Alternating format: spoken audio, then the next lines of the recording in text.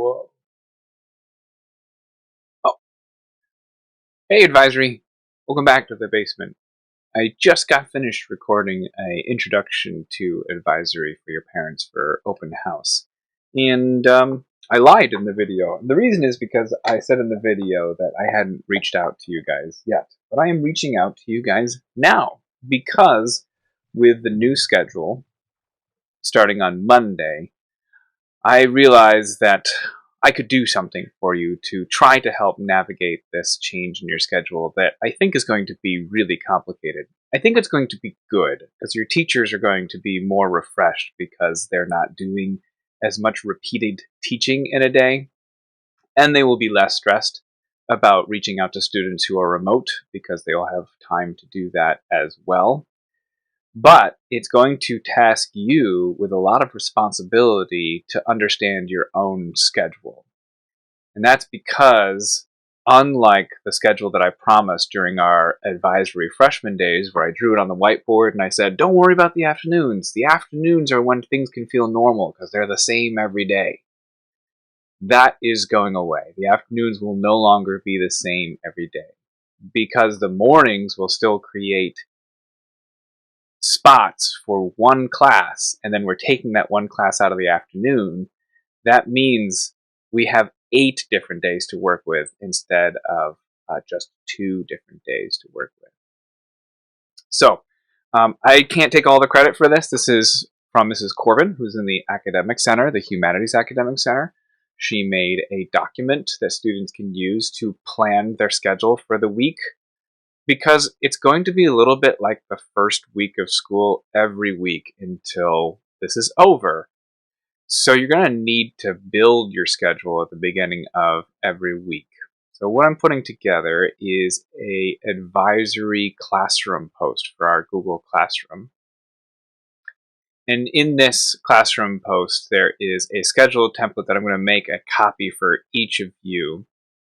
And you'll have to edit it for each week if you find it useful. I'm not grading this or looking at whether or not you use it. I am putting this out there because I think it could help give you one less thing to track if you just knew that you had to keep this open on your Chromebook. So let's talk a little bit about how the schedule is changing and what that means for this template that I think you can use. So starting Monday the 28th, which is going to be an R2 day, we are moving from this sort of same every other day, except the mornings change, to an everything changing schedule. And the reason everything changes is because whatever block meets in the morning no longer will meet in the afternoon.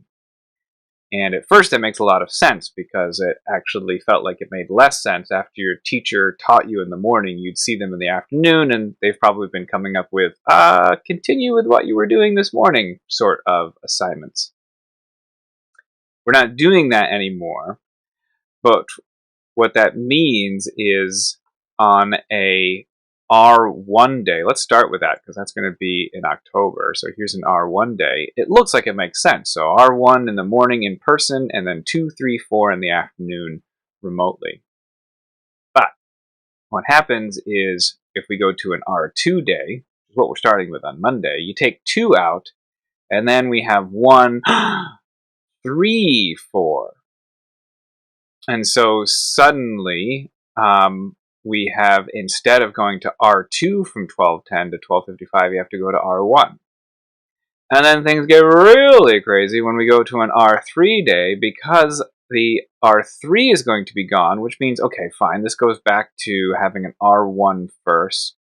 But now this R2 takes the spot of what had been an R3 every other red day up to this point. So unlike having R1 at the same time every day, it's either going to not be there or be the first block. Instead of having R2 on the first day, it's either going to be your first block, not there at all, or your second block on these. So we end up with all these different versions of a schedule. So what you'll have to do is you'll have to look at, let's look at our first new schedule week. You'll have to look at this, and you'll probably want to type this in to what the week looks like. So if we end up with a week like next week, which is R2, S2, R3, S3, and then your afternoon ends up being, in this case, R1, R3, because you skip 2, and R4. We do the same thing for the silver day. Skip 2, go to that. Then we go to a 3-day, a block 3-day, so block 3 in the morning. And so now our first block is still going to be R1, but R2 now gets a remote block. We skip 3 because we met in the morning, and we put in R4. Then we do the same thing with the silver week, or silver day, I should say. All right. So I would set this up on the weekend so that instead of having to look at this, which is an attempt to match it for everybody, we're looking at this, which is matched to you. Because if you are an LZ student and you're not a remote student, then you want to leave these blank because you don't have anything there. You just have R2 here and S2 here. So you can sort of think of this row here as kind of the day category, and then say, like, what kind of day do I have on that category? If I was an AK student, it wouldn't look like this. It would look like this. If I was a remote student, I would check to see if my teachers are holding this block, because teachers are going to be transitioning as well, and I know that it's not going to be consistent across the board. Every class is different, and some of you also have targeted learning jobs as well. That's why I think it's really helpful that Mrs. Corbin, again, Mrs. Corbin gets the credit, not myself, put together an example of what this might look like filled out.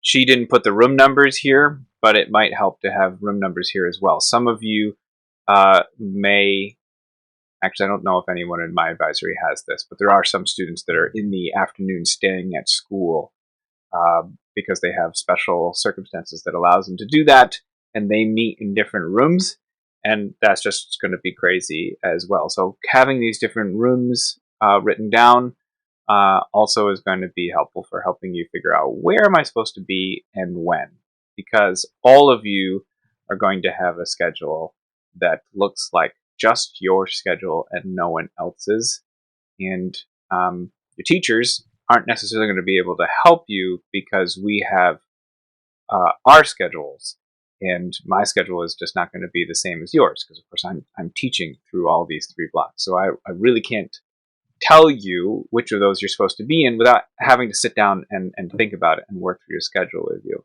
If any of that stuff happens, of course, I'm available to have that conversation, but I think you'll feel more confident and more in step with your peers if you're kind of taking the charge on that. So this video is going to be the second link on that classroom assignment. It's in your advisory classroom. It is under the topic Helpful Guidance, and I've made this an assignment so that as long as we are in this schedule model, every week, if you so choose, you could edit this document to be a version of your schedule so that you can use it to navigate your week. It is in October that we should have an advisory day, and I don't have to just be a weird character on the other side of a camera.